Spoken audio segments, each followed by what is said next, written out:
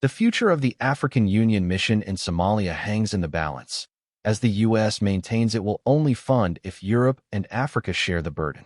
The U.S. maintains African states and Europe must share the funding responsibility for the African Union support and stabilization mission in Somalia.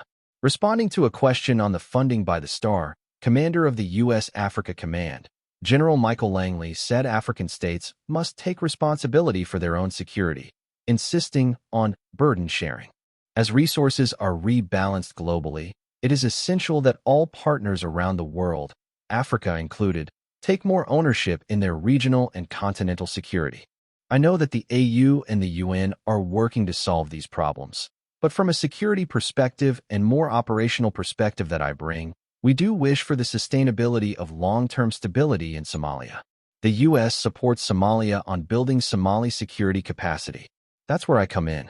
We try to effect the shared responsibility for a broad coalition so the Somali National Army can achieve those security objectives, Jen Langley said after co-hosting with Kenya the Africa Chiefs of Defense Conference 2025. U.S. Senator Jim Risch, Republican Idaho, chairman of the Senate Foreign Relations Committee, has also commented on the matter, saying America hasn't refused to support the AU mission but want more shared commitment. We're just insisting that Europe and Africa pull their weight.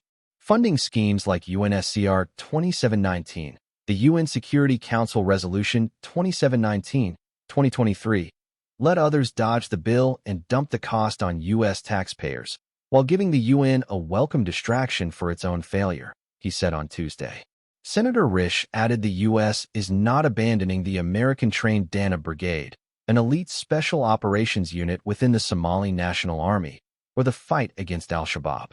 Support for the Danab started to phase out in 2024 after its leaders stole rations, and Somalia's government did nothing about it. U.S. taxpayers shouldn't keep funding corruption. The Danab is responsible for these failures, he added. African leaders have pushed for funding for AUSSOM, particularly through the UN-assessed contributions. The UN Security Council Resolution 2719-2023 authorizes the funding of EU-led peace support operations from UN-assessed contributions on a case-by-case basis for a 75% funding share.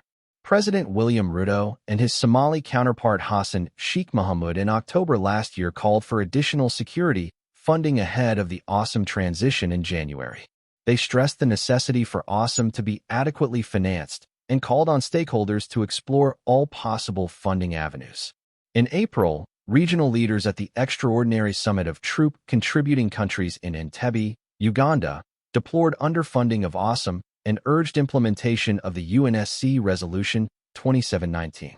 The support through the UN-assessed contributions extends to EU-led peace support operations and includes costs and reimbursement of all categories of support as negotiated between the troop police contributing countries, the AU, and the UN. However, the U.S. is blocking this, with Jen Langley saying the recent ACOD conference offered an opportunity for honest conversations about burden sharing. Although Jen Langley said the AU and the UN are working to solve the problems, he acknowledged current funding challenges at AUSSOM kind of underscore the difficulties they face in Somalia.